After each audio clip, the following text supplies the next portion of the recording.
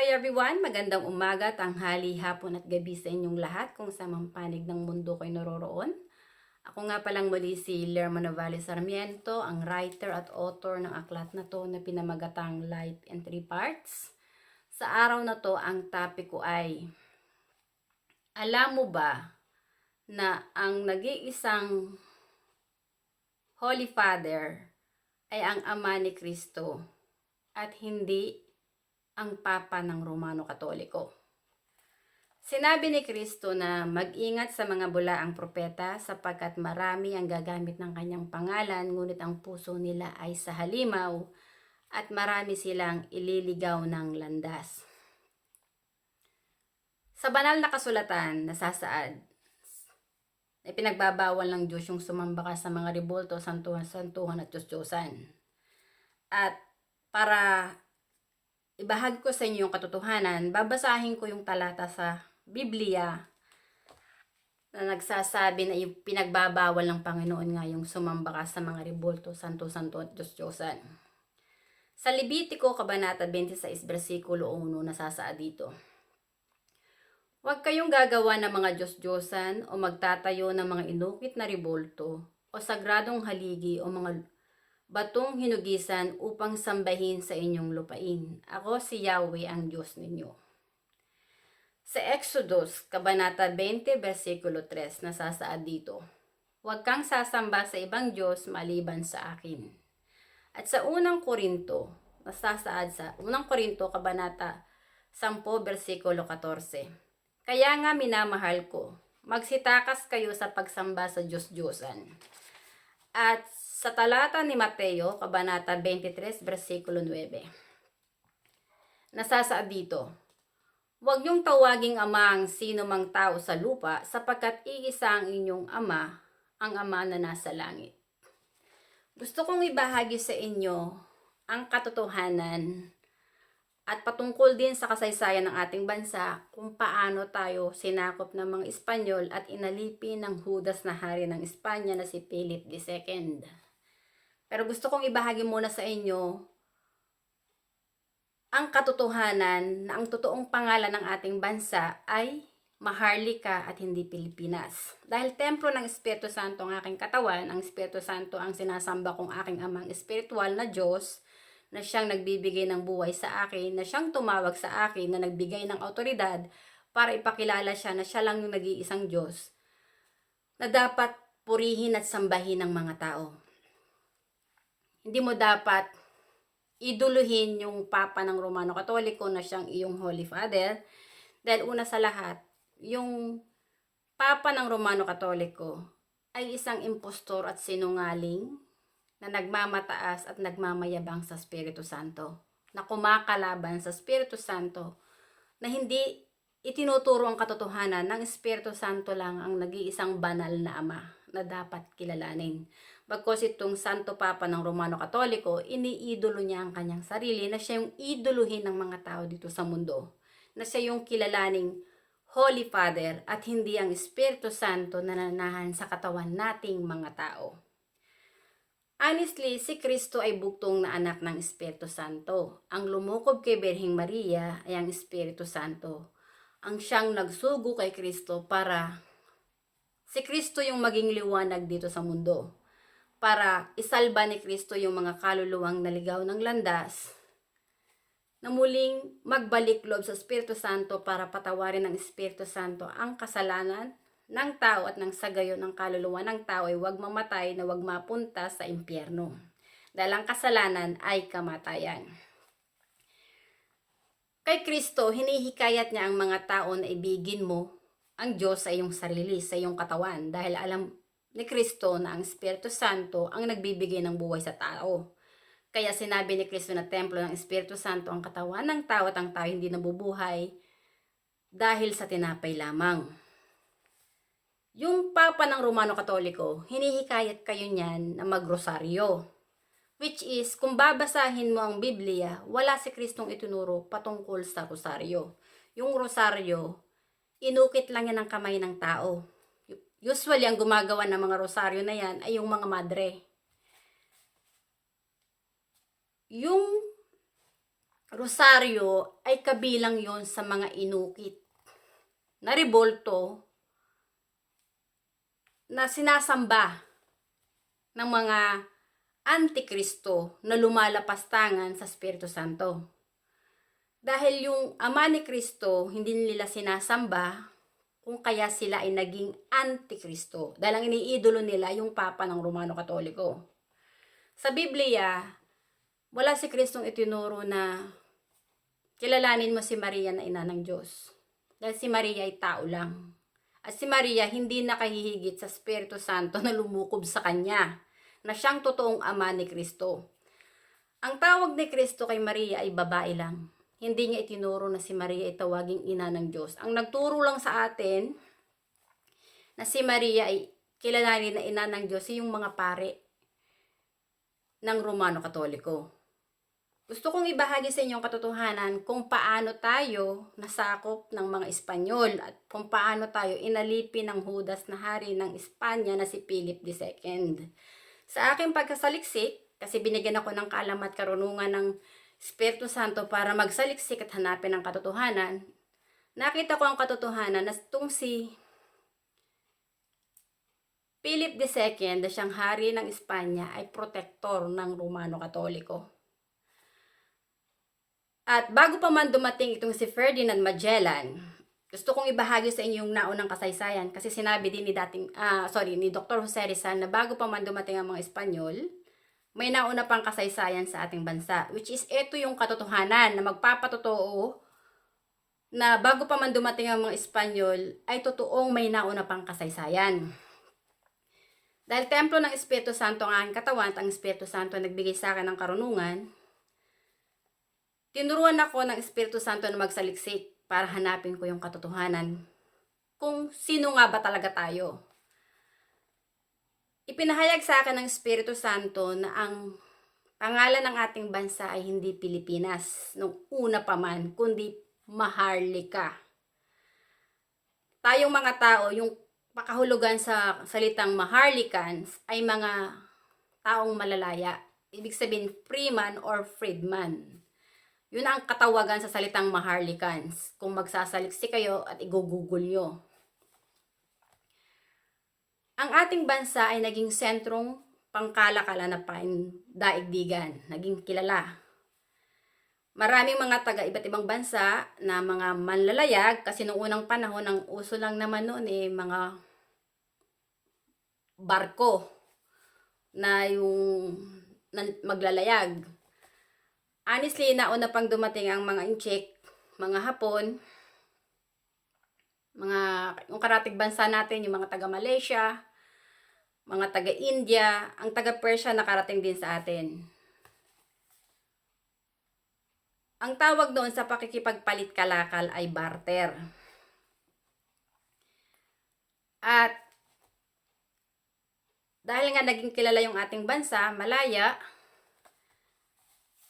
ang ating pamumuhay sa ating bansa noon ay puno ng katiwasayan, ng kaliwanagan.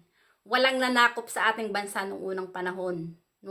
Nung ating bansa ay nakilala na naging tanyag na sentrong pangkalakalan na pandaigdigan. Then, ito yung katotohanan na ipinahayag sa akin ng Espiritu Santo. Itong si Ferdinand Magellan ay isang manlalayag din na napadpad sa ating bansa. Isa siyang Portuguese na isang utusan at miyembro siya na isang leader dyan sa Romano Katoliko. So, si Ferdinand Magellan ay napadpad sa, I think, Humunhun, yung lugar dyan sa kung Limasawa ba yon? Hindi ko natanda kung yung part na yon. Sa parte ng malapit sa Mindanao, sa Bisaya, yung ganyan, Leyte. Sa parte na yan.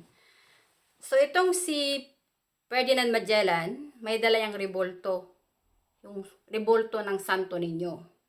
Dito sa banal na kasulatan, ipinagbabawal ng Diyos nga ang sumamba ka sa rebulto. Nasasaad sa Levitico, Kabanata 26, versikulo 1. Huwag kayong gagawa ng mga Diyos-Diyosan o magtatayo ng mga inukit na rebulto o sagradong haligi o mga batong hinugisan upang sambahin sa inyong lupain. Honestly, ang nagdala ng relihiyong Romano-Katoliko sa ating bansa ay si Ferdinand Magellan. Si Ferdinand Magellan din ang nagdala ng rebulto sa ating bansa para sambahin ng mga tao. Which is yun ay hindi kinalulugod ng Diyos Ama dahil nga hindi iyon ang Diyos na nagbibigay ng buhay sa atin, kundi mismong yung Espiritu Santo na nananahan sa ating katawan. Kasi yung ating katawan, sagradong tahanan ng Espiritu Santo, templo ng Espiritu Santo. Ang Espiritu Santo ang nag-iisang Diyos at amang espiritual na siyang nagsugo kay Kristo. Ang totoong Holy Father, hindi yung impostor, yung sinungaling na Pope dyan sa Roman Catholic na nandyan sa Vaticano. Sinungaling yun. Hindi yun ang totoong Holy Father, kundi yung Espiritu Santo na nananahan sa katawan nating mga tao na hindi natin nakikita ng mata, na siyang parati nating kasama. At bilang isang tinawag ng Espiritu Santo na maging tagapagsalita niya at para magpahayag ng katotohanan, ilabas ko yung katotohanan. Gawa nitong si Ferdinand Magellan, yung dating malaya at mapayapang bansa na naging tanyag at maraming mga tao ang nahahalina na pumunta sa ating bansa dahil yung mga tao sa ating bansa noong unang panahon ay maawain, mapagmahal, mapagbigay, masayahin. Ang tao sa ating bansa noong unang panahon ay mapagkawang gawa. Pero nung dumating na itong si Ferdinand Magellan, kaya nga sinabi ni Kristo, mag-ingat sa mga bulaang propeta sapagkat marami ang gagamit ng kanyang pangalan, ngunit ang puso nila ay sa halimaw at makikilala mo sila base sa kanilang mga gawa. Honestly, si Ferdinand Magellan, nung dinala niya yung relihiyong Romano-Katoliko, wala yung idinulot na kabutihan sa ating bansa. Tinuruan ang ating mga ninuno na hinikayat na sumamba sa mga rebulto, santo-santuhan at Diyos-Diyosan. Kaya yung ating bansa namuhay sa kadiliman dahil nagpasakop tayo at nagpaalipin tayo sa katuruan ng mga Espanyol na nagdala ng relihiyong Romano-Katoliko. So yung ating bansa, hindi lang sinakop ng mga Espanyol, kundi inalipin ng Judas na hari ng Espanya na si Philip II. Dahil yung pangalan nating Maharlika ng ating bansa, binura yun ng mga Espanyol para kalimutan na ng mga tao sa ating bansa yung totoong pangalan ng ating bansa. Dahil ang ginamit na pangalan ay Pilipinas na isinunod sa pangalan ng Judas na hari ng Espanya na si Philip II, kung kaya naging Pilipinas ang pangalan ng ating bansa. Ito yung katotohanan na ipinahayag sa akin ng Espiritu Santo na kayong mga tao sa inyong bansa, sa ating bansa, hindi tayo totoong mga Pilipino by heart and by spirit. Tayo ay mga Maharlikano na siyang mga tao na pinili niya dito sa mundo, na siyang inalipin at sinakop ng mga magnanakaw ng kampo ng kadiliman. Ang mga Romano-Katoliko na dumating sa ating bansa, yung sina Ferdinand Magellan at yung iba pang mga Espanyol na nagdatingan sa ating bansa ay mga kampo ng kadiliman. Basahan ko rin kayo ng talata sa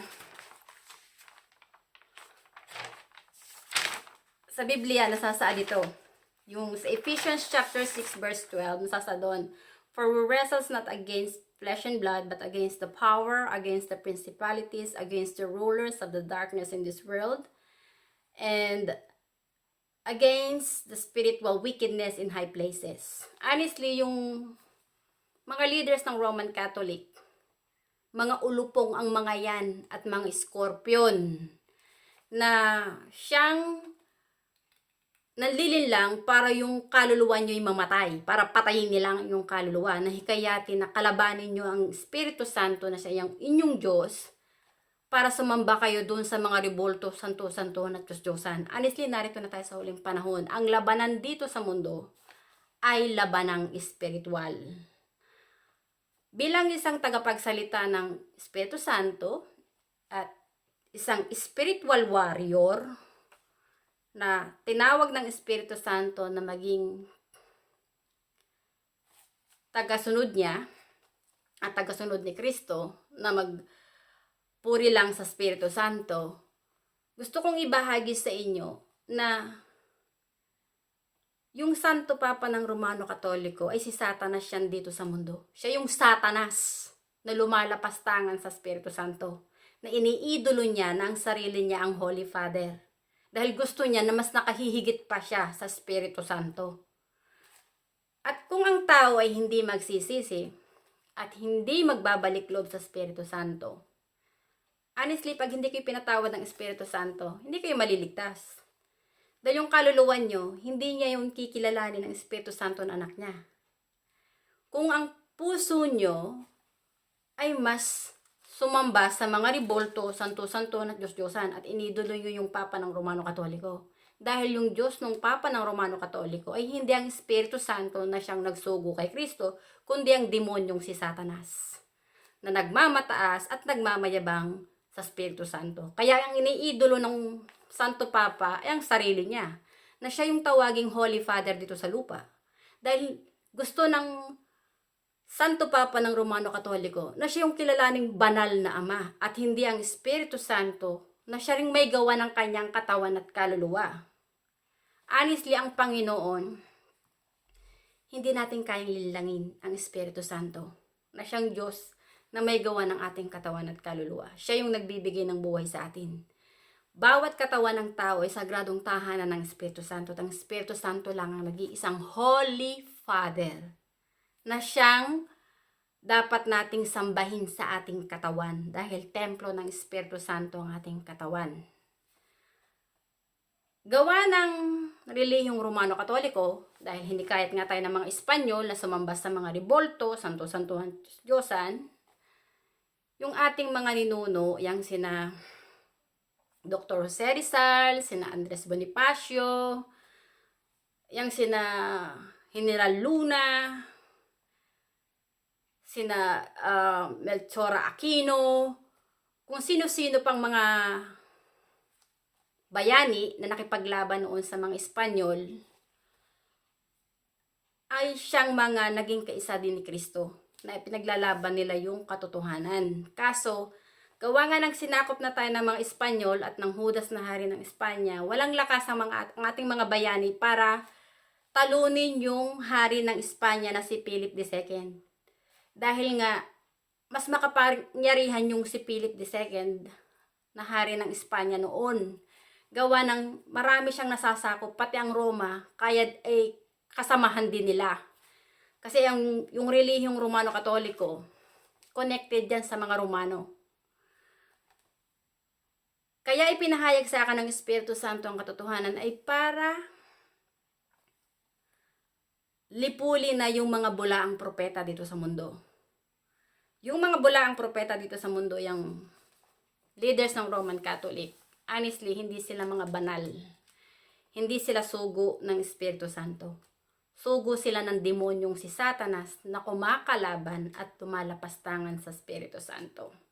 Honestly, kung magtitiwala ka kay Kristo at tatanggapin mo ang Espiritu Santo, hindi ka matatakot mamatay dito sa mundo. Maunawaan mo kung bakit sinabi ni Kristo na huwag matakot sa may kakayang pumatay ng katawan, ngunit hindi ng kaluluwa.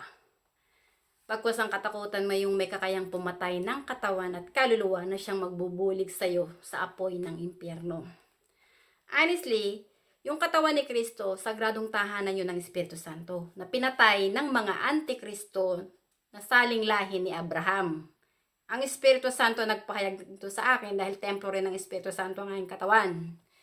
Itinakwil ng mga Hudyo, ng mga Israelyano na si Kristo ay anak ng Diyos. Hindi nila tinanggap at kinilala na si Kristo ay anak ng Diyos dahil hindi nila tinanggap ang Espiritu Santo sa puso nila na ang may gawa ng kanilang katawan ay ang Espiritu Santo. So si Kristo, ipinako ng mga paring saserdote na mga Israelyano sa krus, pero hindi nila naunawaan na ang una nilang winalanghiya ay hindi mismong si Kristo, kundi yung Espiritu Santo na nanahan sa katawan ni Kristo.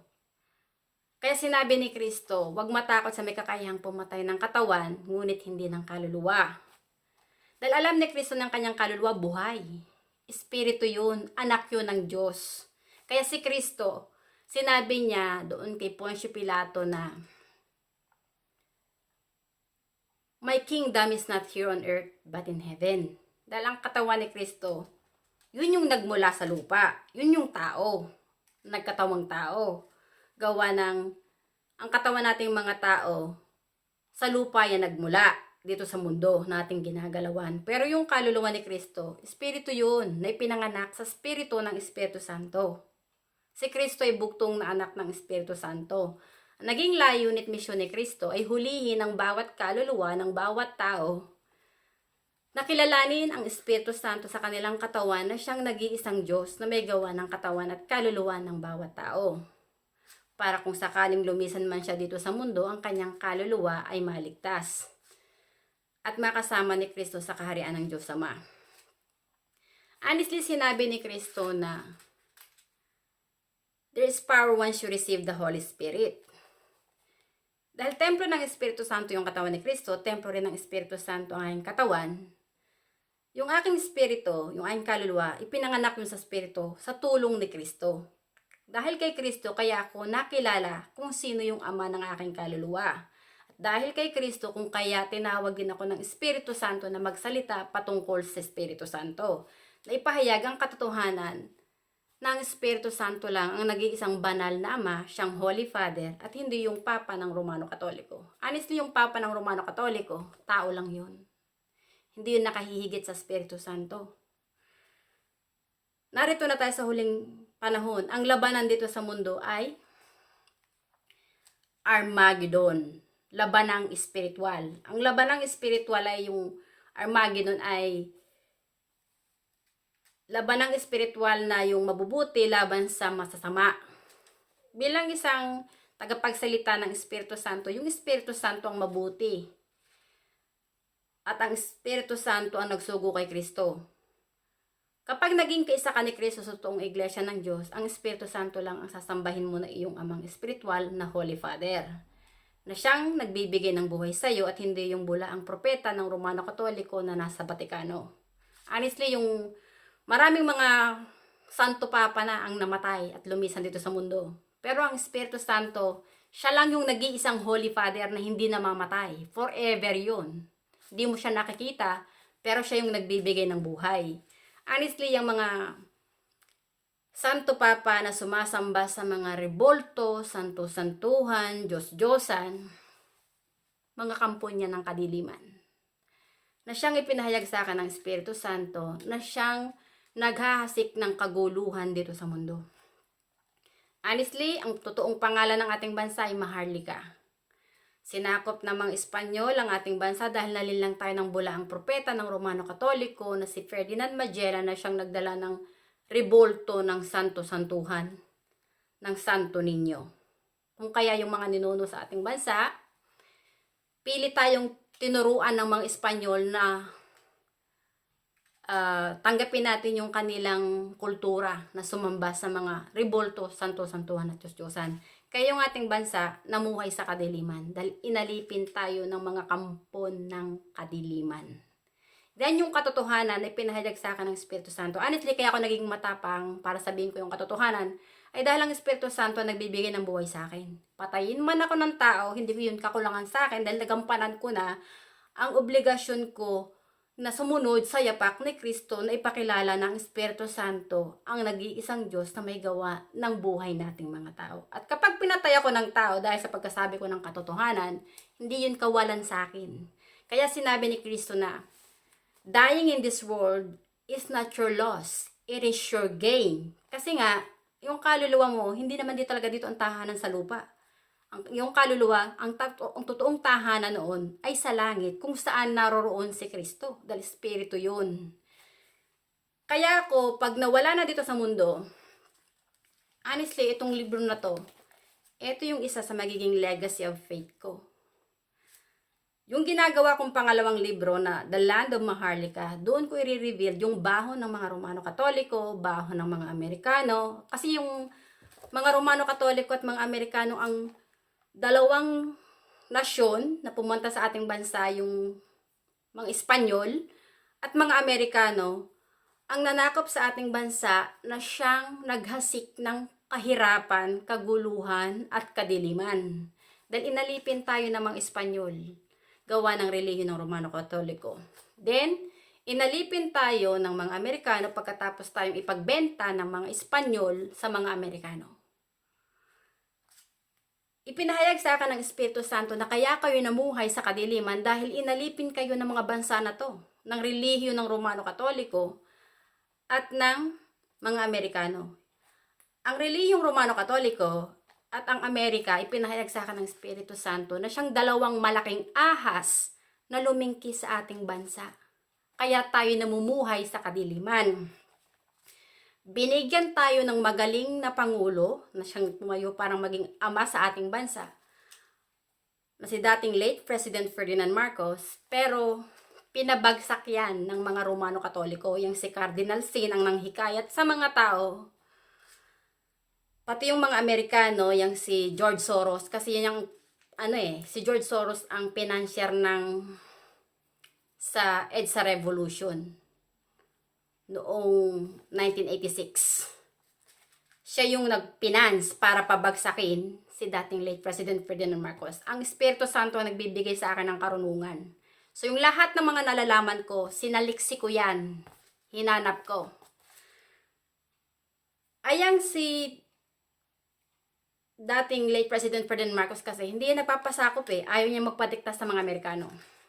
So, itong mga Amerikano nakipagkutsabahan kay Juan Ponce Enrile at kay Fidel Valdez Ramos na dalawa sa mga advisor din ni dating late President Ferdinand Marcos na tumutulong noon kay dating late President Ferdinand Marcos para mamahala sa ating bansa. Yang si Enrile, Juan Ponce Enrile at si Fidel Valdez Ramos, tinraidor niya si dating late President Ferdinand Marcos dahil kumampi yan sa mga pare at sa mga Amerikano. Yan yung katotohanan na gustong ipabatid ng Espiritu Santo sa pamamagitan ko dahil ang aking katawan sagradong tahanan ng Espiritu Santo rin. So ang Espiritu Santo nagbibigay sa akin ng buhay, siya yung nagbibigay sa akin ng kaalaman at karunungan para sabihin ko yung katotohanan. Dito sa aklat na to, naririto yung pangalan ni Juan Ponce Enrile, ni Fidel Valdez Ramos, pangalan ni Tatay Digong, pangalan ni dating late President Ferdinand Marcos, pangalan ni Cory Aquino, pangalan ni Leni Robredo. Itong aklat na to, kalat na sa iba't ibang panig ng mundo. Itong aklat na to, marami kasi itong topic, kaya yung aking mga content na ginagawa, kung anong nasasaad dito sa aklat na to. Kinakil ko dito yung patungkol sa mga LGBT, kaya nagsasalita rin ako patungkol dyan kina Vice Ganda, na sila yung mga antikristo rin na namumuhay sa kasinungaling at pagkukunwari. Dahil nga, nilalapastangan nila rin ang Espiritu Santo. Hindi sila namuhay sa katotohanan. Kung paano sila nilikha ng Espiritu Santo, kinakalaban nila ang Espiritu Santo, kaya namumuhay sila sa pagkukunwari at kasinungalingan. Hindi tinatanggap ni Vice Ganda na lalaki siya na nilikha ng Espiritu Santo. Sa sarili niya, babae siya. So, nagmamataas si Vice Ganda sa Espiritu Santo. Kaya itong aklat na to, marami itong topic patungkol sa salita ng Diyos, patungkol sa politika, patungkol sa science, patungkol sa mga bakla at tomboy, sa LGBT. Ngayon, balik ko sa kasaysayan niya ng ating bansa. Na sinakop tayo ng mga Espanyol at ng mga Amerikano. Pinabagsak ng mga Roman Catholic leaders, kasi mga nagdala naman ng relihiyong Romano Katoliko talaga sa atin ay mga Espanyol. So itong mga Romano Katolikong leaders at saka yung mga Amerikano, si Juan Ponce Enrile, si Fidel Valdez Ramos, si Cory Aquino, lahat ng dilawan, nagsanib puwersa mga yan para patalsikin si dating late President Ferdinand Marcos. Ang natira lang naging totaling tapat kay dating late President Ferdinand Marcos na sinabi sa akin ng Panginoon, ng Espiritu Santo, ay si Fabian Ber. Noong meron niyang kaguluhan yung sa EDSA Revolution, sinabi nung si Fabian Ber kay dating late President Ferdinand Marcos na kailangang lumaban.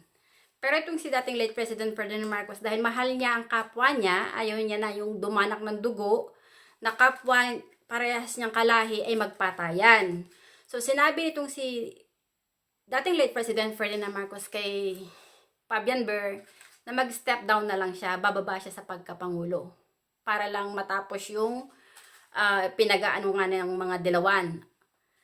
So, ang nangyari, itong si dating late President Ferdinand Marcos, kahit na siya ay nag-step down, nilagyan ng batik ng mga dilawan yung pangalan niya. Sinabi ng mga dilawan, ng mga Amerikano at ng mga Romano-Katolikong leader na si dating late President Ferdinand Marcos daw ay diktador at manipulator. Pero yung ipinahayag sa akin ng Espiritu Santo, iba. Ipinahayag sa akin ng Espiritu Santo na ang totoong mga manipulator at diktador at magnanakaw ay mga leaders ng Roman Catholic dahil sinakop nila ang ating bansa. Gawa ng mga leaders ng Roman Catholic na dumating sa ating bansa kung kaya tayo ay inalipi ng Judas na hari ng Espanya na si Philip II. Ninakaw nila yung ating bansa sa ating mga ninuno. Tapos, ipinagbenta tayo ng mga Espanyol sa mga Amerikano. So, itong mga Amerikano, inalipin din tayo. Dinidiktahan din tayo at minamanipula. Pero pagdating na ngayon sa millennium time, na si Tatay Digong naman yung naging Pangulo, hindi nila kayang patupuin yung nguso ni Tatay Digong na huwag magsalita. Hindi nila pwedeng pabagsakin. Dahil si Tatay Digong maraming alam patungkol sa kasaysayan ng ating bansa. Sinabi ni Tatay Digong na tama talaga si dating late President Ferdinand Marcos na kailangan nang ibalik yung pangalang Maharlika. Kasi ang katotohanan ay para tayo ay makalaya na sa mga nasyon na nang alipin sa atin noon. Dahil ang katotohanan, ang totoong pangalan ng ating bansa ay Maharlika at hindi Pilipinas. Sinabi ni Kristo, walang sino man ang makakapasok sa kaharian ng Diyos Ama kung hindi kay pinanganak sa Espiritu. Dahil nga yung aking kaluluwa, ipinanganak na yun sa Espiritu, kilala kung sino yung aking amang espiritual at Diyos na nagbibigay ng buhay sa akin. Ipinahayag sa akin ng Espiritu Santo kung sino ako talaga. Kung sino talaga yung mga tao sa ating bansa. Ang ating bansa, kaya gusto ni dating late President Ferdinand Marcos na ibalik yung pangalang Maharlika ay para ma-born again. Yung pangalan ng ating bansa na tayo ay wag nang maging alipin ng Judas na hari ng Espanya na si Philip II. Kaya gusto niyang ibalik yung pangalang Maharlika dahil yun yung totoong pangalan ng ating bansa para tayo makalaya na sa mga nasyon na nang alipin sa atin. Kaya nung si Tatay Digong gusto rin niyang ibalik. Kaya sinabi niya tama para nga tayo ay makalaya na. At nung si Tatay Digong ang naging Pangulo, yung mga Amerikano, pakialamero sa politika natin sa ating bansa. Kaya sinabi ni Tatay Digong doon sa mga leader ng Amerika, mga ipokrito yun. Sino ang mga Amerikano para magdikta sa atin, ay may sarili tayong batas sa ating bansa. At saka sinabi ni Tatay Digong, sino ako para sumunod sa iyo na parang aso, dati na kaming inalipin sa sarili naming bayan. Itong mga Amerikano, honestly, pinahayag sa akin ng Espiritu Santo ay mga kampon ng kadiliman. Na sila ring nanlilinlang sa ating mundo ngayon, kaya magulo yung ating mundo. Gawa ng ang Amerika, ayaw niyang siya ay nalalamangan.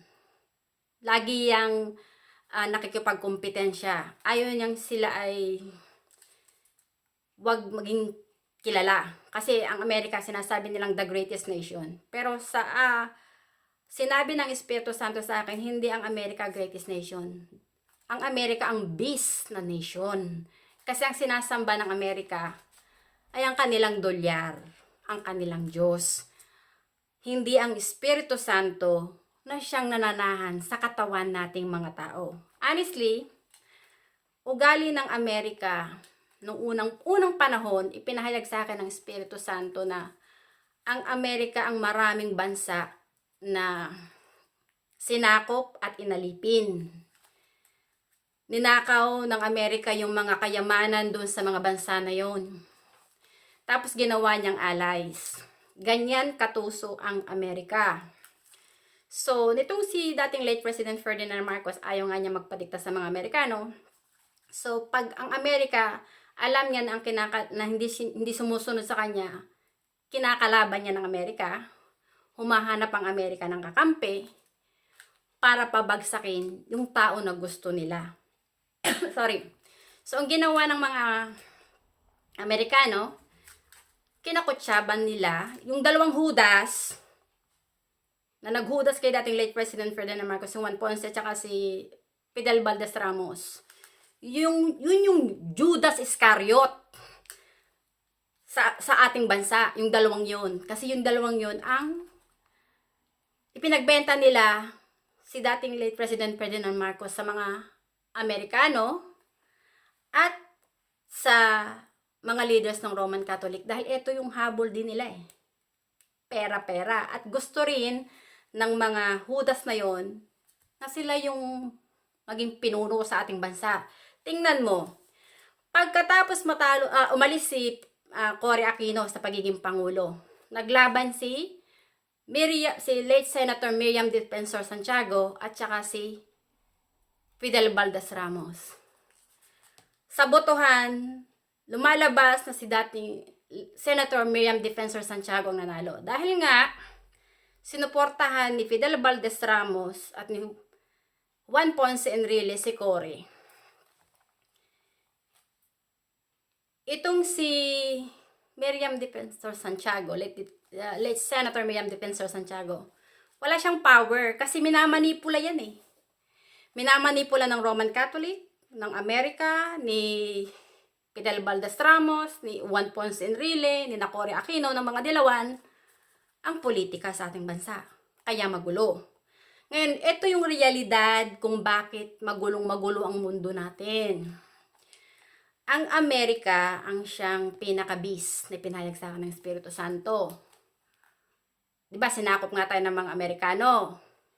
Sinalungat ni dating late President Ferdinand Marcos. Pinabagsak ng mga Amerikano at ng mga leaders ng Roman Catholic si dating late President Ferdinand Marcos.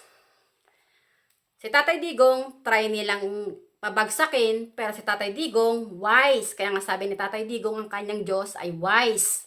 Yung Diyos ng mga pare, stupid at walang common sense. Dahil nga sinasamba ng mga pare ay rebolto at santo-santuhan at Diyos-Diyosan na dinala ng mga Espanyol na siyang nagdala ng relihiyong Romano-Katoliko. At hindi ang Espiritu Santo na siyang Diyos na may gawa ng katawan at kaluluwa nating mga tao. Sinabi ni Tatay Digong din noon, huwag kang magkumpisal sa pare. Kung talagang hihingi ka ng kapatawaran sa Diyos, dumiretsa ka sa Diyos. Which is totoo, dahil ang ating katawan, tahanan ng Diyos, templo ng Diyos. Doon tayo humingi ng kapatawaran sa Espiritu Santo na nanahan sa ating katawan. Para yung ating puso, baguhin ang Espiritu Santo para maging katulad tayo ni Kristo na sa Kanya lang sumasamba, sa Espiritu Santo lang. Dahil nga matalino si Tatay Digong, hindi siya napabagsak ng mga leaders ng Roman Catholic at ng Amerika. Pero kahit wala na si Tatay Digong sa pagkapangulo, yung mga Amerikano at mga leaders ng Roman Catholic, kasi malaki ang inis at galit nila kay Tatay Digong, hindi nila napatalsik at hindi nila napabagsak. Kahit wala na si Tatay Digong sa pagkapangulo, mabango pa rin yung kanyang pangalan. Ginagamit nila yung ICC para kasuhan daw si Tatay Digong. Isa lang masasabi ko sa mga leaders ng Roman Catholic, leaders ng Amerika, at yung ICC. Mag-repent na kayo mga putang ina ninyo.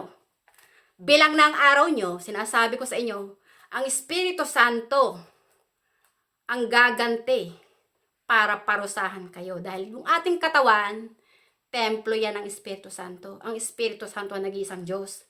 Hindi yan Papa ng Romano Katoliko. Hindi yan Holy Father. Yung leaders ng Amerika, hindi kayo mga banal, hindi kayo mga sugo ng Diyos, mga kampon kayo ng kadiliman.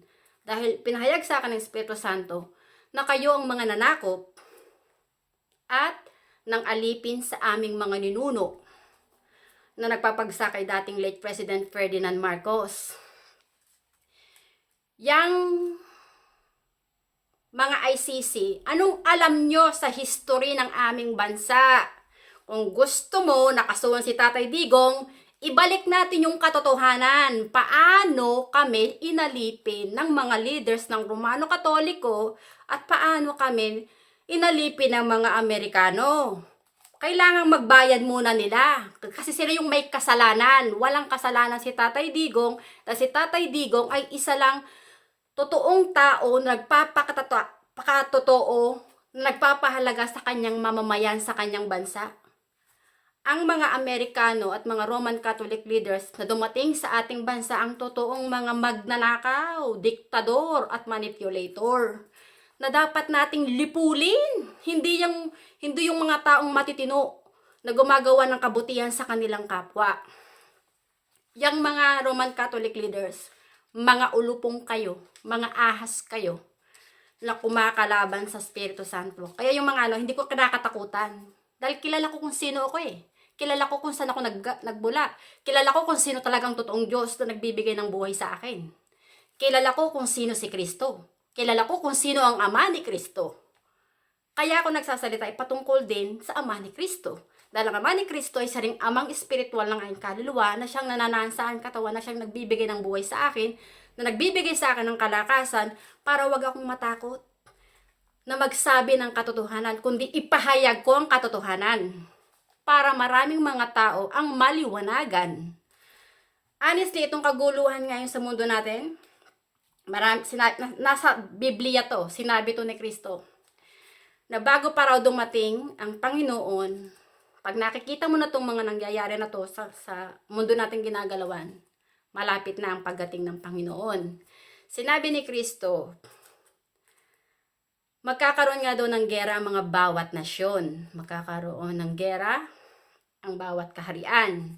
Magkakaroon ng mga lindol sa iba't ibang panig ng mundo. Magkakaroon ng taggutom. Pero sinabi ni Kristo, huwag kang mabahala dahil ito'y pasimula lang ng paghihirap. Hindi pa itong katapusan. Hindi pa ito yung katapusan. Sinabi ni Kristo, ang lahat ng mga ito'y magaganap muna bago pa yung katapusan. Pero sinabi ni Kristo, mahahayag mo na yung mabuting balita patungkol sa kaharian ng Diyos Ama, then iyon na yung katapusan. Ang naging layunin at misyon ng aklat na ito ay para magpahayag ng ebanghelyo sa buong mundo na ang Espiritu Santo lang ang nag-iisang Holy Father. Hindi yung Santo Papa ng Romano Katoliko. Yung mga pare mismo ang nagpapako at nagpapatay kay Kristo. Sila yung mga antikristo na lumalapastangan sa Espiritu Santo na siyang pumatay sa bugtong na anak ng Espiritu Santo sa krus. Kaya, sinasabi ko sa inyo na narito na tayo sa huling panahon. Hindi si Kristo ang may gawa ng katawan at kaluluwa nating mga tao, kundi ang Espiritu Santo na siyang nananahan noon sa katawan ni Kristo na siya ring nananahan sa ating katawan. Ang bumuhay kay Kristo sa ikatlong araw ay ang Espiritu Santo. Kaya sinabi ni Kristo, there is power once you receive the Holy Spirit.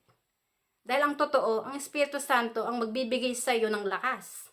Hindi ka matatakot na mamatay dito sa mundo dahil alam mo na yung kaluluwa mo hindi nabibilang dito sa mundo. Hindi ito yung totoong kaharian ng kaluluwa mo, kundi sa langit kung saan naroon si Kristo. Bilang isang tao, traveler lang ako dito sa mundo. Alam ko na ang buhay ko dito sa mundo ay may simula at katapusan dahil ang Espiritu Santo na nanan sa aking katawan ay ang siyang Alpha at Omega. Na siyang nagsugo kay Kristo, na siya ring tumawag sa akin para ipahayag ko ang katotohanan. Honestly, kaya nagkaroon ng gera dyan sa Ukraine dahil yung si George Soros, isa siya sa global manipulator pagdating din sa politika eh. Siya din yung nagdidikta. Siya yung nagpabagsak sa rehime ni dating late President Ferdinand Marcos na nagfinance sa EDSA Revolution, yang si George Soros. Bago sumiklab yung gulo dyan sa Ukraine at Russia,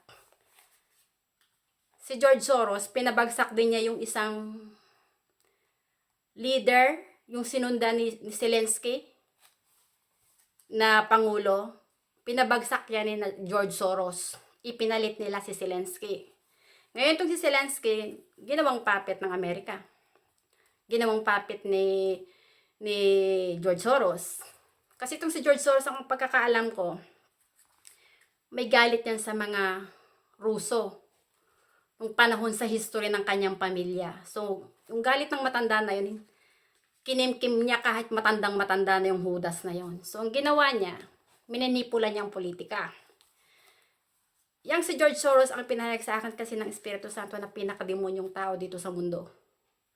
Na siya nagmamanipula sa politika ng mga bawat bansa. Kasi yang si George Soros, yan yung nagpipinance din sa mga leaders dyan sa Amerika na para maging pangulo.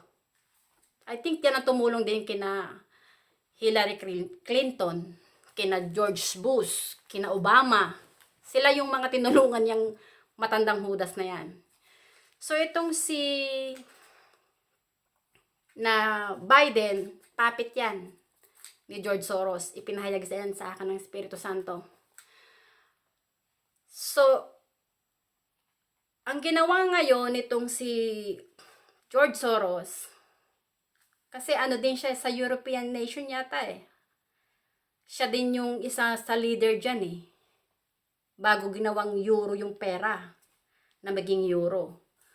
So, itong matanda na to, yan yung global manipulator sa politika. Global manipulator din sa ekonomiya.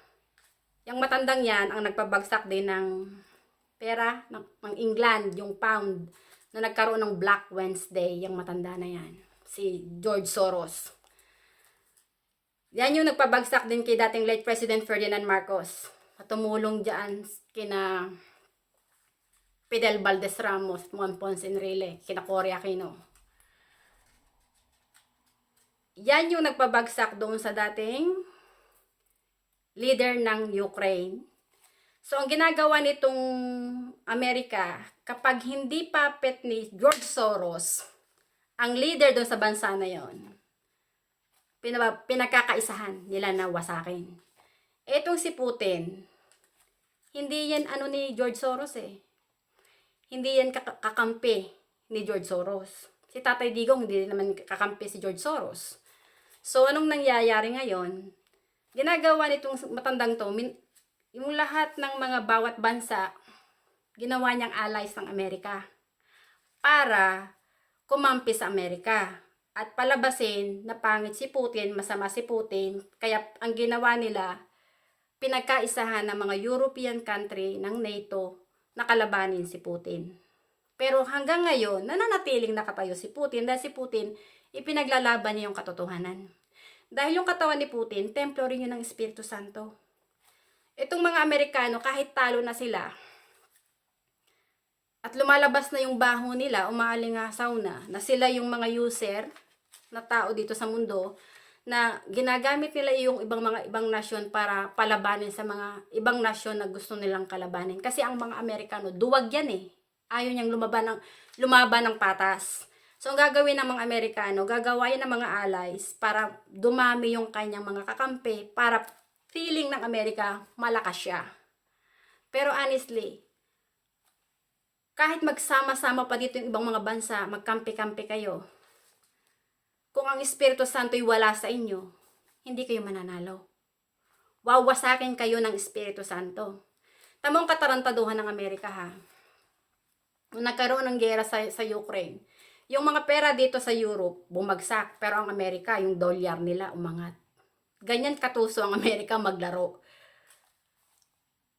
Ito yung katotohanan. Kaya sumiklab yung gulo diyan sa Amerika dahil yun ang gusto, ang gulo sa Ukraine at sa Russia, gawa ng Amerika. Ang Amerika nag-push, ginawa niyang bait ang Ukraine para palabanin sa Russia. Nung si Tatay Digong pa ang presidente, gusto ng mga Amerikano na si Tatay Digong ay diktahan, nakalabanin ng China. Pero nakikita naman ni Tatay Digong na wala namang ginagawang aksyon ng China para sakupin tayo. Honestly, kaibigan pa nga niya yung presidente ng China.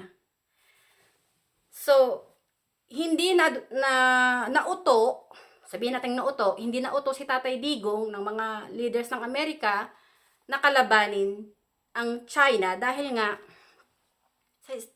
Dahil si Tatay Digong, meron siyang self-control. Tinitingnan niya kung anong magiging sanhi pagkatapos noon. Ang nasa isip ni Tatay Digong, napakaliit ng bansa natin kumpara sa China. Isang pitik lang tayo. Iipitin tayo ng Amerika at ng China. Ganito ang ginagawa ng Amerika eh. Dinudukduk niya mga bawat bansa, hinihikayat niya, ginagawa niyang bait at allies para palabanin doon sa mga bansa na hindi niya gusto. Ayaw ng Amerika sa China, ayaw ng Amerika sa Russia. Pero sa Biblia, may nasa doon na Gog at Magog.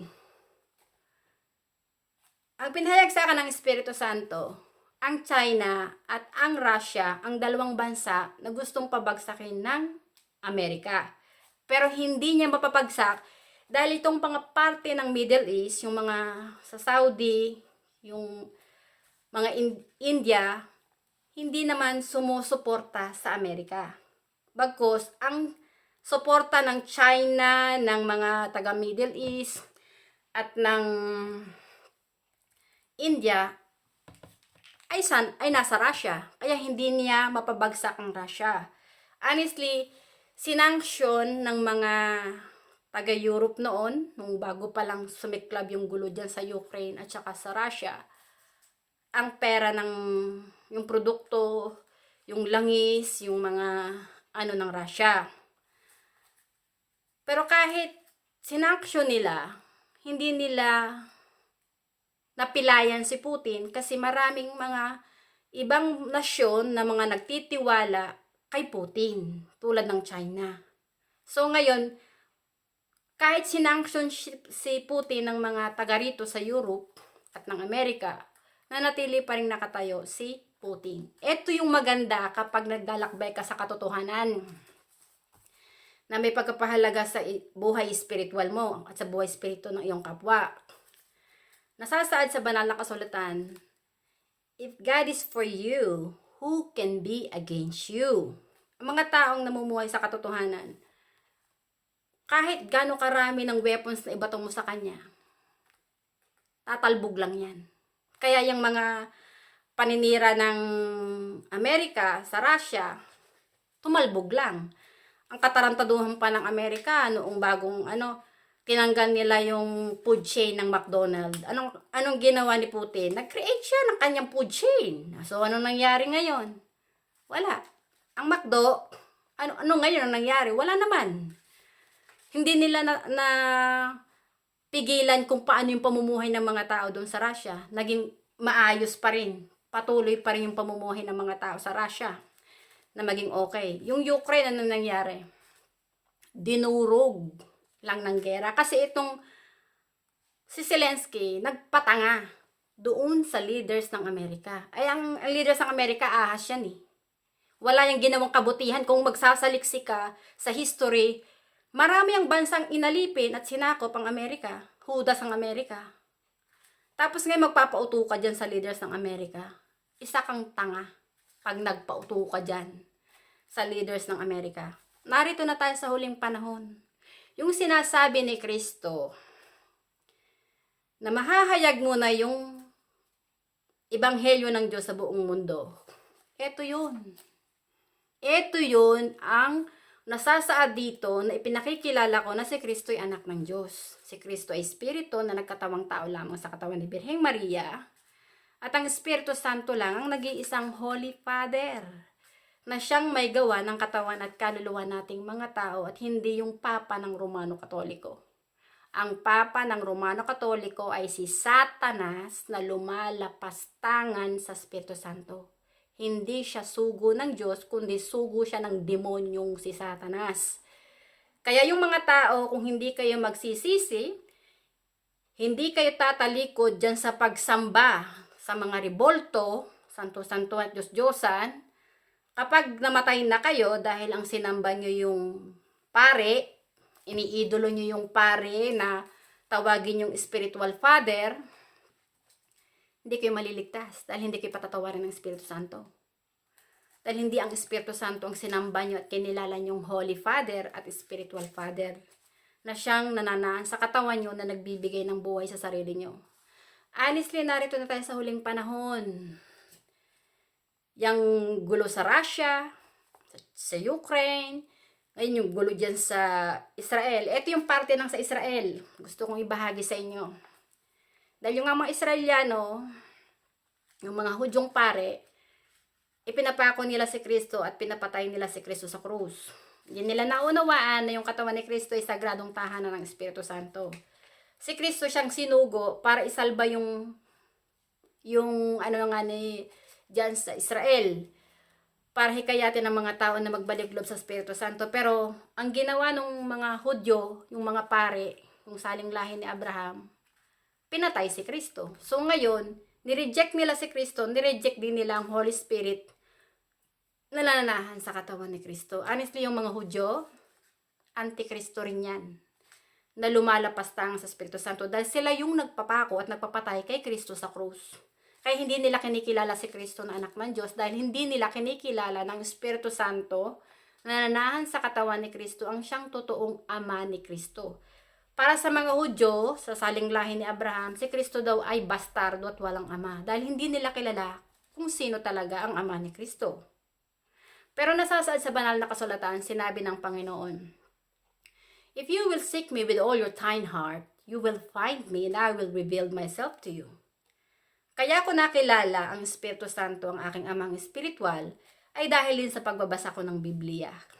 Honestly, nung ako ay Katoliko pa, lagi akong nagsisimba noon dyan sa simbahan ng Katoliko. Uma-attend ako ng mga Bible study dahil nga isa ako sa napasali sa Millennium Bible Study. Kagrupo ko dun sa Millennium Bible Study. So, naging ugali ko magbasa ng Biblia. So, sa pagbabasa ko ng Biblia, marami akong natutunan. Marami akong nakita. Nakita ko na ang lumukob kay Birheng Maria ay ang Espiritu Santo. Nakita ko na si Kristo nagsasalita patungkol sa Espiritu Santo. Hinanap ko kung sino ang Espiritu Santo sa puso ni Kristo. Din sa pagbabasa ko, sinabi ni Kristo na templo ng Espiritu Santo ang katawan ng tao. So nakita ko na ang Espiritu Santo na nasa katawan ni Kristo ang kanyang ama. At yung karunungan ni Kristo nagmula sa Espiritu Santo.